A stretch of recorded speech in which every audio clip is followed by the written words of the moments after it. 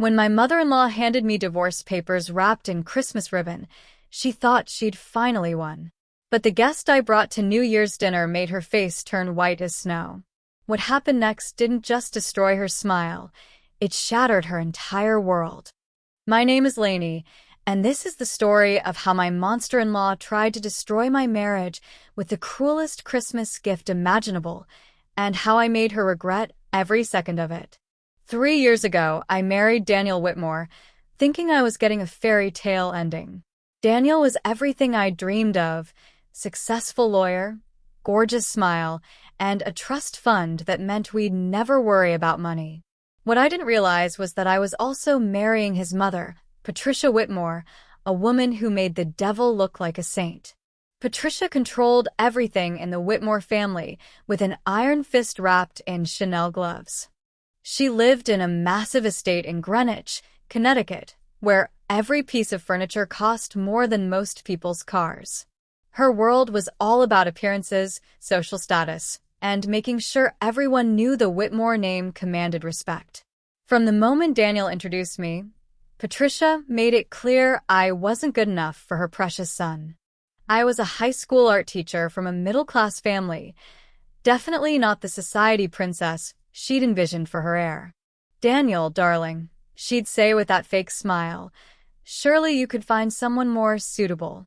What about the Henderson girl? Her father owns half of Manhattan." But Daniel loved me, and for 2 blissful years, that was enough to keep Patricia's venom at bay. We had a beautiful wedding, though she made sure to seat my family in the back, and moved into a stunning penthouse that Daniel bought for us in the city. Then everything changed when Daniel's father, Richard, passed away last spring. Suddenly, Patricia wasn't just the matriarch.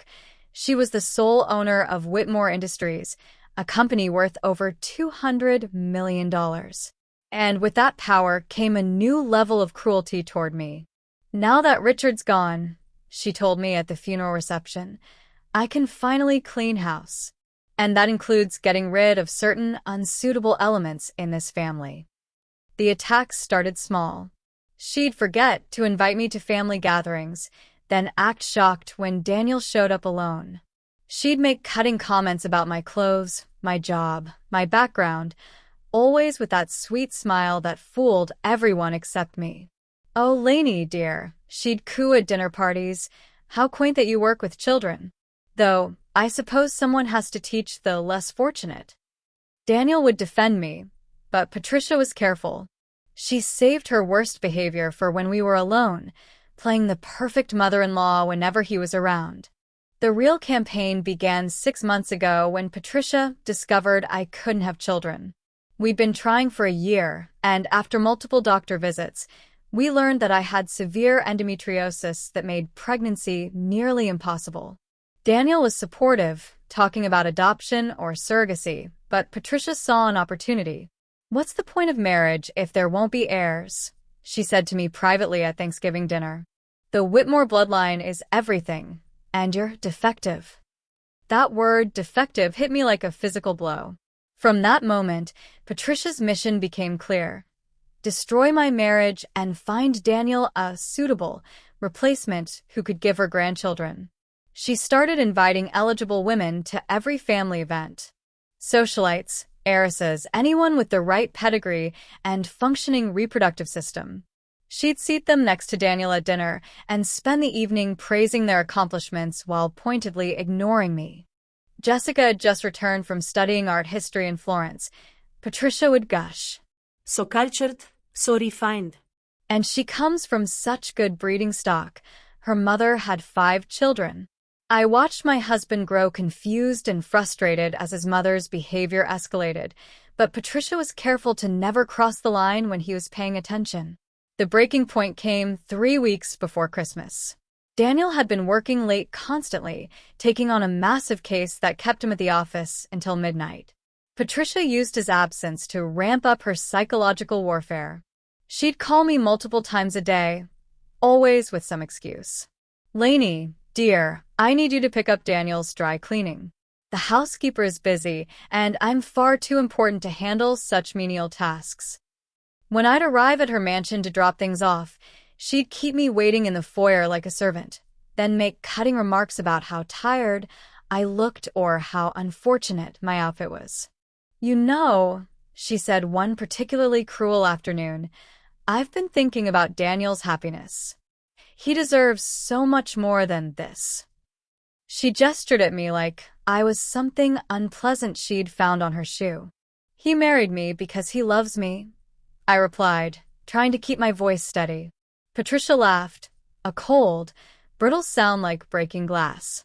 "Oh, my sweet, naive girl. Daniel married you because he was rebelling against me. But rebellion phases end, especially when men realize what they're truly missing." She pulled out her phone and showed me photos from a charity gala I hadn't been invited to. Daniel was there, looking handsome in his tuxedo, with a stunning brunette on his arm. "Meet Vivian Ashford," Patricia said with satisfaction. "Yale Law Review, family worth $50 million, and she's already expressed interest in having children. Lots of children." My stomach dropped as I saw Daniel smiling at this woman, his hand on her waist as they posed for photos. "This was last weekend," Patricia continued. "Daniel didn't mention it, did he? They spent the entire evening together. She's everything you're not. Educated, sophisticated, fertile." I left that mansion with my hands shaking, Patricia's laughter echoing behind me. That night, I tried to ask Daniel about the gala casually, but he brushed it off. "Just business, babe. Mom insisted I go to network with potential clients." He wasn't lying, exactly, but the omission felt like a betrayal. 2 days later, Patricia called with another emergency.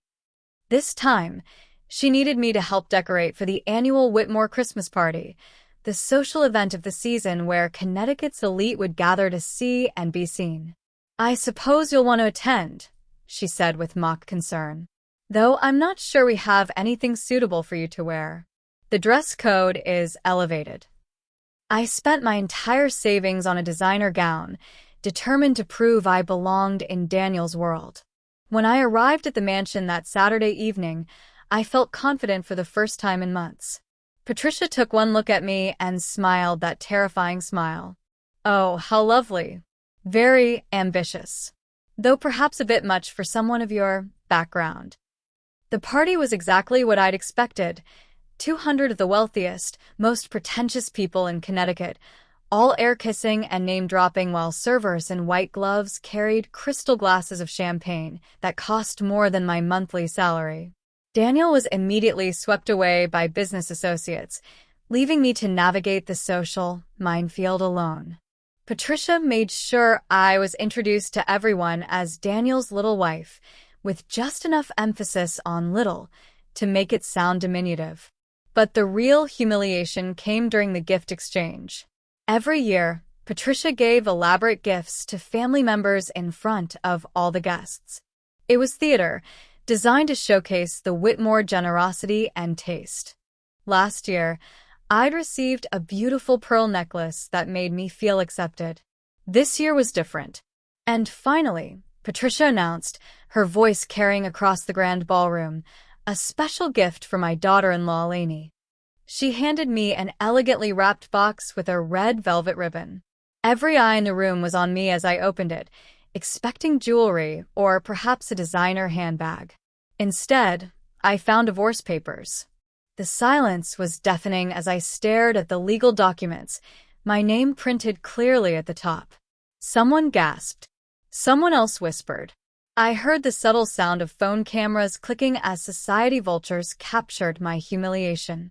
"Oops," Patricia said with mock surprise, her hand flying to her chest. "How did those get in there? I must have mixed up the boxes. How embarrassing." But her eyes were sparkling with malicious delight, and I knew this was exactly what she'd planned. Daniel appeared at my side, his face red with anger. "Mother, what the hell is this?" "Just a little mishap, darling," Patricia said smoothly. "Though perhaps it's a sign. These things do happen for a reason." The party continued around us, but I felt like I was drowning. Conversations buzzed with speculation about the Whitmore marriage, and I caught fragments of whispers about that poor girl and how humiliating. Daniel drove me home in furious silence. The divorce papers crumpled in my lap like evidence of my failure. "She's gone too far this time," he said as we reached our penthouse. "I'm cutting her off completely." But I could see the doubt in his eyes, the way he looked at me like I was something fragile that might break. Patricia had planted seeds of uncertainty, and they were already taking root. The next morning, flowers arrived with a note. "So sorry about the mix-up, dear. Perhaps we should talk." Patricia, I knew she was expecting me to come crawling back, to beg for forgiveness and acceptance. Instead, I made a different choice. I called my best friend Marcus, who worked as a private investigator for high-net-worth divorce cases. "I need a favor," I said, "and I need it to be absolutely bulletproof."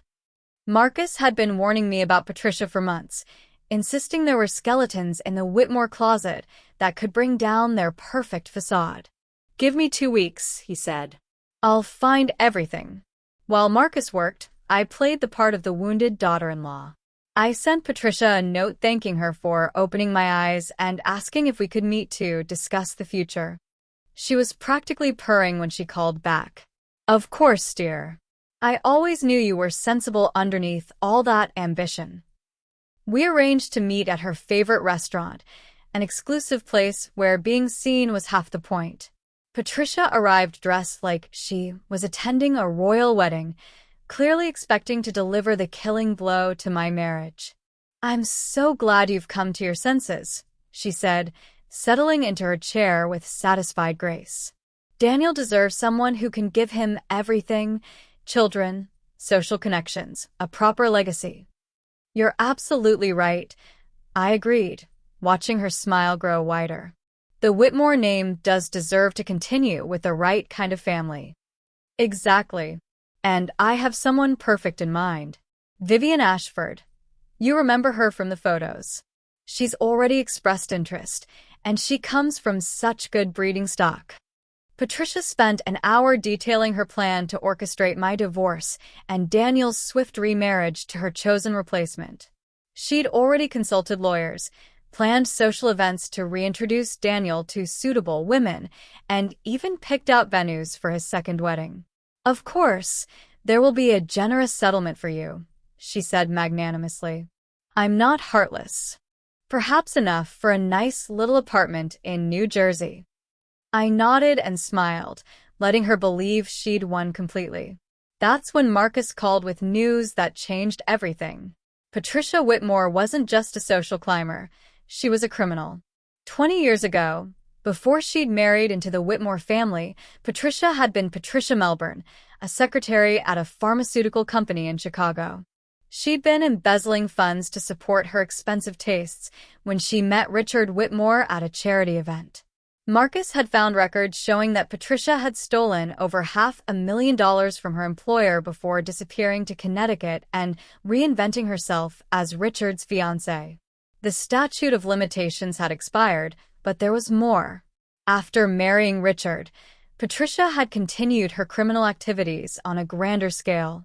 She'd been skimming money from Whitmore Industries for years, hiding it in offshore accounts under false names. She'd also been insider trading using information from Daniel's law firm, making millions in illegal stock transactions. But the real bombshell was about Vivian Ashford. Vivian wasn't just a random socialite Patricia wanted to set up with Daniel. She was Patricia's illegitimate daughter, born during an affair Patricia had early in her marriage to Richard. Patricia had been secretly supporting Vivian her entire life, paying for her education and lifestyle while positioning her to eventually marry Daniel, her own half-brother. The plan was sick and twisted. Patricia would destroy my marriage, manipulate Daniel into marrying his half-sister, and maintain complete control over the Whitmore fortune through her secret daughter. Marcus had documentation for everything: bank records, DNA tests, private communications between Patricia and Vivian discussing their family business. I stared at the evidence, feeling like I'd discovered a bomb that could level Patricia's entire world. What do you want to do with this? Marcus asked. I thought about the divorce papers, the years of humiliation, the cruel smile on Patricia's face as she'd tried to destroy my marriage. Then I smiled, a smile that would have made Patricia proud. I want to give her exactly what she deserves. The plan I hatched was beautiful in its simplicity. Patricia had invited Daniel and me to a New Year's Eve dinner at the mansion, a small, intimate gathering of the Whitmore inner circle. She'd made it clear this would be my last appearance as a member of the family before Daniel filed for divorce. Just close family, she'd said sweetly. A chance for us all to say goodbye properly. What Patricia didn't know was that I'd be bringing a guest. I spent the week leading up to New Year's playing the perfect victim. I let Patricia think she'd broken me completely, even asking her advice about moving on with grace and finding closure. I'm so proud of you for accepting reality, Patricia cooed during our final phone call. It takes real character to know when you're beaten. On New Year's Eve, I dressed carefully in a simple black dress, elegant but subdued, exactly what Patricia would expect from a defeated woman. Daniel picked me up looking uncomfortable but resigned, clearly believing this dinner would be the end of our marriage. Maybe we can work things out after this, he said half-heartedly as we drove to Greenwich. Maybe, I agreed, squeezing his hand. After tonight, everything will be different. We arrived at the mansion to find Patricia in full glory, diamond necklace, designer gown, hair perfect. She'd invited her closest friends and family, about 15 people total, all eager to witness my final humiliation. Lainey, darling, Patricia exclaimed, air-kissing my cheeks. You look so peaceful, like you finally found acceptance. Vivian Ashford was there, of course, looking stunning in emerald green and staying close to Daniel like she was already planning their future together. Patricia kept steering conversations toward Vivian's accomplishments and availability. Vivian just returned from a month in Switzerland, Patricia announced during cocktails. Such a cultured girl. And she's expressed interest in starting a family soon. I watched Daniel's confused expression as Patricia continued her obvious matchmaking, completely ignoring the fact that his wife was standing right there. Dinner was served in the formal dining room, with Patricia holding court at the head of the massive mahogany table. The conversation flowed around topics I wasn't expected to understand: investments, social events, family histories that predated my arrival. As dessert was being served, Patricia stood to make a toast. To new beginnings, she said, raising her crystal champagne flute. And to family, real family, staying together through all changes. Everyone drank except me. I was waiting for my cue. That's when the doorbell rang. Patricia frowned. Who could that be? We're not expecting anyone else. The butler appeared in the doorway, looking uncomfortable. Madam, there's a gentleman here who says Mrs. Laney invited him. A Mr. Marcuston? Patricia's face flickered with confusion. Laney, dear, you didn't mention bringing a guest. Actually, I said, standing slowly, I have a small New Year surprise for everyone. I hope you don't mind that I invited someone to join us. Marcus walked into the dining room carrying a leather briefcase, looking every inch the professional investigator he was. Patricia's social instincts kicked in immediately. How lovely, she said with forced brightness. Any friend of Laney's is welcome, of course. Please sit down. Thank you, Marcus said, settling into the empty chair beside me. I've been so looking forward to meeting Patricia Whitmore. Or should I say, Patricia Melbourne. The temperature in the room dropped 20 degrees. Patricia's champagne flute froze halfway to her lips. I'm sorry, I don't understand. Of course you do, Marcus said pleasantly, opening his briefcase. Patricia Melbourne, formerly of Chicago, Illinois. Former secretary at Brennan Pharmaceuticals before you disappeared with $500,000 in company funds. The gasps around the table were audible. Daniel looked like he'd been struck by lightning. Patricia's face had gone completely white beneath her perfect makeup. That's ridiculous, Patricia stammered. I don't know what this man is talking about. I have bank records, Marcus continued, pulling out documents, transfer receipts, even surveillance footage from your last day at Brennan Pharmaceuticals when you cleaned out the safe and disappeared. He spread the papers across Patricia's perfect table like he was dealing cards. But that's just the beginning. Should I tell them about the offshore accounts? The insider trading? Or should we start with the really interesting family secret? Patricia was gripping the edge of the table so hard her knuckles had turned white. Daniel, make him stop. This is outrageous. Throw him out immediately. But Daniel was staring at the documents, his lawyer's brain processing the implications. These look legitimate, he said slowly. Oh, they're completely legitimate, Marcus assured him. Your mother has been stealing from Whitmore Industries for 20 years. But the real shocker is sitting right across from you. Every eye turned to Vivian, who had gone as pale as Patricia. Meet Vivian Ashford, Marcus announced. Also known as Vivian Melbourne. Patricia's secret daughter, born from an affair she had during her first year of marriage to your father. The silence was so complete you could hear the grandfather clock ticking in the hallway. That's impossible, Daniel whispered. DNA doesn't lie, Marcus said, producing another set of documents. Patricia has been supporting Vivian her entire life, paying for her education, her lifestyle, everything. And she's been grooming her for years to marry you, Daniel. Her own half-brother. Vivian shot to her feet, tears streaming down her face. I didn't know, she cried. Mother, you said he was just a friend. You said this was about securing our future. The word mother hung in the air like an accusation. Patricia finally found her voice, but it came out as a croak. This is insane. These are lies. Fabrications. Federal banking records aren't fabrications, Marcus replied. Neither are DNA tests or recorded phone conversations discussing your family business with Vivian. He pulled out a small recording device and pressed play. Patricia's voice filled the dining room, crystal clear. Once Daniel divorces that pathetic teacher, you'll step in. He'll never suspect you're his sister, and I'll control everything through you. The Whitmore fortune will stay in our family where it belongs. The recording continued with Vivian's voice. What if he finds out we're related? And Patricia's reply, he won't. And even if he did, it would be too late. Rich men have been marrying their relatives for centuries to keep fortunes intact. Daniel looked like he was going to be sick. Several guests were already gathering their things, desperate to escape the scandal before it contaminated them. Patricia made one last desperate attempt at control. None of this changes anything, she said, her voice shaking but defiant. Lainey is still wrong for our family. She still can't give you children.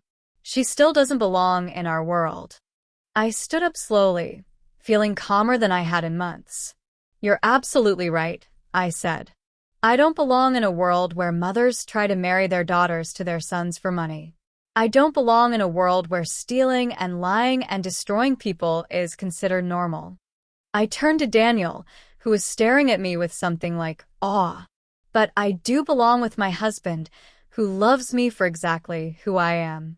And we're going to build our own family, through adoption, surrogacy, or just being the best aunt and uncle in the world to our friends' kids. Daniel stood and took my hand, his grip firm and warm. Mom, he said, his voice deadly quiet, you're cut off. From the company, from the family money, from our lives.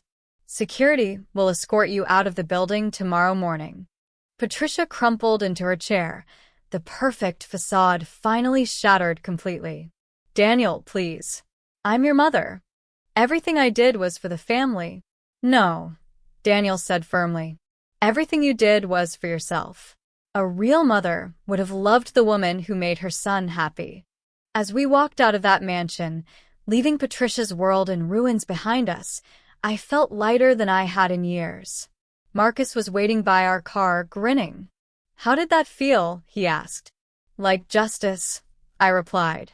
But the real twist was still coming. 6 months later, we received a package at our apartment. Inside was a letter from Patricia, who is now serving time for embezzlement and fraud. But this wasn't an apology. It was a confession that made my blood run cold. Patricia revealed that she'd been slowly poisoning me at family dinners for months, slipping small amounts of a fertility drug blocker into my food and drinks. The endometriosis that had made pregnancy impossible? It was artificially induced by Patricia's systematic poisoning. "I needed you to be defective," she wrote in her spidery handwriting. "It was the only way to make Daniel see you were worthless." The medical tests confirmed it. With treatment, there was a good chance I could conceive naturally. 9 months later, I gave birth to a healthy baby girl. We named her Hope. And when Patricia requested visitation rights from prison, claiming grandparent privileges, I sent her a photo of Hope's first smile along with a simple note. Some gifts are worth waiting for. Patricia had tried to destroy my marriage with divorce papers wrapped in Christmas ribbon.